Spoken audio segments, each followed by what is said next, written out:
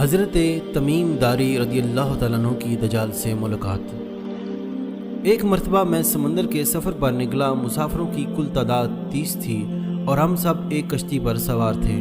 ہمارا سفر انتہائی اطمینان کے ساتھ کٹ رہا تھا کہ اچانک ہوا چلنا شروع ہو گئی اور سمندر میں طوفان آ گیا۔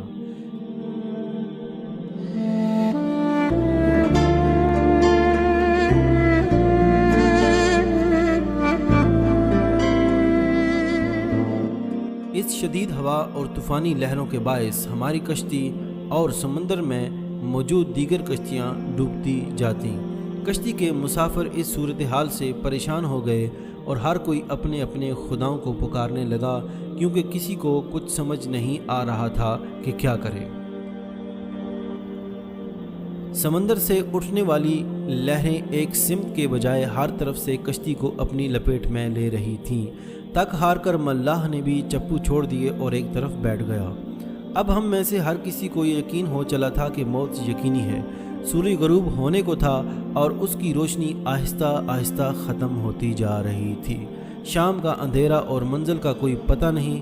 یہ بھی خبر نہ تھی کہ کشتی کس سمت میں جا رہی ہے اور سمندر کی لہریں اب کب تک کشتی کو سلامت رہنے دیں گی۔ اس خوف و ہراس کی حالت میں رات گزر گئی اور صبح کی ہلکی ہلکی روشنی پھیلنے سے ہر طرف اجالا ہی اجالا ہو گیا۔ کشتی کے رات بھر ہچکولے کھانے کے بعد کسی کو کچھ خبر نہ تھی کہ ہم کہاں پہنچ گئے ہیں۔ پھر اگلا دن بھی اسی کیفیت میں گزرا اور اسی طرح رات کے بعد دن اور دن کے بعد رات آ گئی اور ہماری کشتی سمندر میں پھنسے ہوئے پورے 30 دن گزر گئے۔ پھر اچانک 30 دنوں کی اس صورتحال کے بعد بھولے بھٹکے مسافروں کو دور سے ایسا نظر آیا کہ جیسے درخت سمندر میں کھڑے ہوں۔ 30 دن سے مصیبت میں پھنسے ہوئے مسافروں کو یہ منظر دیکھ کر امید کی کچھ کرن نظر آئی اور ملاح نے جلد از جلد وہاں تک پہنچنے کے لیے پوری طاقت کے ساتھ چپو چلانا شروع کر دیے اور کشتی کو تیزی کے ساتھ ان درختوں کی طرف لے جانے لگا۔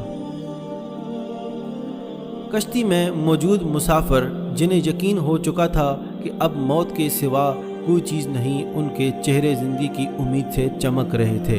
پھر کشتی جوں جوں قریب ہوتی گئی درخت صاف دکھائی دینے لگے۔ ملاح پوری طاقت سے کشتی چلا رہا تھا کہ سورج غروب ہونے سے پہلے پہلے ان درختوں تک پہنچا جائے، تاکہ کہیں ایسا نہ ہو کہ پھر اندھیرا ہو جائے اور اندھیرا ہونے کے بعد ہم اس آخری امید سے بھی ہاتھ دھو بیٹھیں۔ پھر کشتی آہستہ آہستہ ان درختوں کی طرف بڑھتی رہی اور جب درخت قریب ہوئے تو سارے مسافروں کو یہ جان کر خوشی ہوئی کہ یہ سمندر میں واقع کوئی جزیرہ ہے۔ ابھی تو سورج مکمل غروب نہیں ہوا تھا کہ کشتی جزیرے کے کنارے پہنچ گئی۔ مسافروں کو اس جزیرے پر اترتے زیادہ دیر نہیں گزری تھی کہ درختوں کے درمیان سے ایک عجیب و غریب قسم کا جانور نکلا۔ اس جانور کے پورے جسم پر بال تھے اور اس قدر لمبے اور گھنے تھے کہ یہ معلوم ہی نہ ہوتا کہ جانور کا اگلا حصہ کون سا ہے اور پچھلا حصہ کون سا۔ سارے مسافر اس عجیب و غریب جانور کو دیکھ کر حیران و پریشان ہو گئے، کیونکہ ان میں سے کسی نے اس سے پہلے ایسا جانور دیکھنا تو دور کی بات کبھی سنا بھی نہ تھا۔ اب اس پر اسرار جزیرے پر اس کو دیکھ کر سب پریشانی میں مبتلا ہو گئے کہ یہ کیا بلا ہے۔ ایک مسافر نے دوسرے مسافر سے پوچھا کہ یہ کیا چیز ہے۔ جانور نے مسافر کی یہ بات سن لی اور مسافر کے جواب سے پہلے وہ جانور خود بولا کہ میں جاسوس ہوں۔ جانور کے انسانوں کی طرح گفتگو کرنے سے تمام مسافر مزید پریشان ہو گئے، کیونکہ آج تک انہوں نے کسی جانور کو انسانی زبان میں بولتے نہیں دیکھا تھا۔ چنانچہ سب یہ سمجھنے لگے کہ ہو نہ ہو یہ کوئی جن ہے اور ہمارے سامنے آ گیا ہے۔ تمہاری جاسوسی کا مقصد کیا ہے اور تم کس لیے جاسوسی کرتے ہو؟ ایک مسافر نے ہمت کر کے اس سے سوال کیا۔ جانور نے جواب دیا، میں جس کے لیے جاسوسی کرتا ہوں اسے تم سے ملنے کا بے حد شوق ہے اور وہ تم سے باتیں کرنا چاہتا ہے، لہٰذا تم میرے ساتھ چلو۔ یہ سن کر تمام مسافر حیران و پریشان چپ چاپ اس کے پیچھے ہو لیے۔ وہ عجیب و غریب جانور درختوں کے درمیان بنے ہوئے راستے سے ہوتا ہوا ایک پرانے محل کے سامنے جا کر کھڑا ہوا۔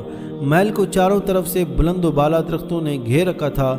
مسافروں نے وہاں پہنچ کر پریشان نظروں سے اس جانور کی طرف دیکھا اور پھر جانور کی طرف سوالیہ نظروں سے دیکھنے لگے۔ جانور پھر آگے چلا اور سب مسافروں کو ایک بڑے دروازے سے گزارتے ہوئے محل کے اندر لے گیا۔ محل کے اندر داخل ہوتے ہی سب نے دیکھا کہ ایک بہت بڑا شخص زنجیروں میں جکڑا ہوا تھا اور رہائی کے لیے کوشش کر رہا تھا۔ ہم نے اس سے پہلے اتنے بڑے قد اور اتنے زیادہ رعب والا شخص کبھی نہ دیکھا تھا۔ ایک مسافر نے ہمت کر کے پوچھا کہ تم کون ہو؟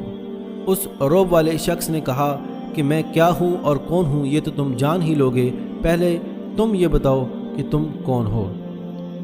ان سے سوال کرنے والے مسافر سے پوچھا، ہم عرب قبائل لحم اور جزام کے لوگ ہیں، اور ساتھ ہی اس مسافر نے اپنے ساتھ بیتی اور جہاں تک پہنچنے کی ساری داستان سنا دی۔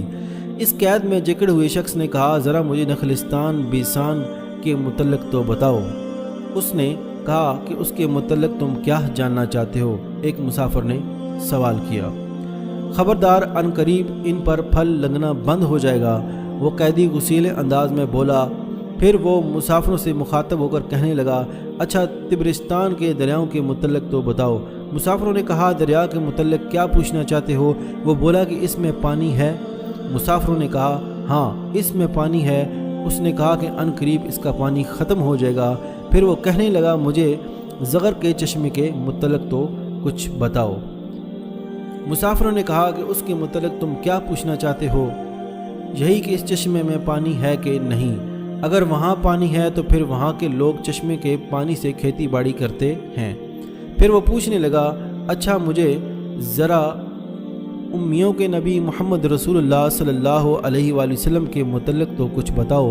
مسافروں نے جواب دیا، انہوں نے مکہ سے اپنی دعوت کا آغاز کیا اور اب وہ مکہ سے نکل کر مدینہ میں موجود ہیں۔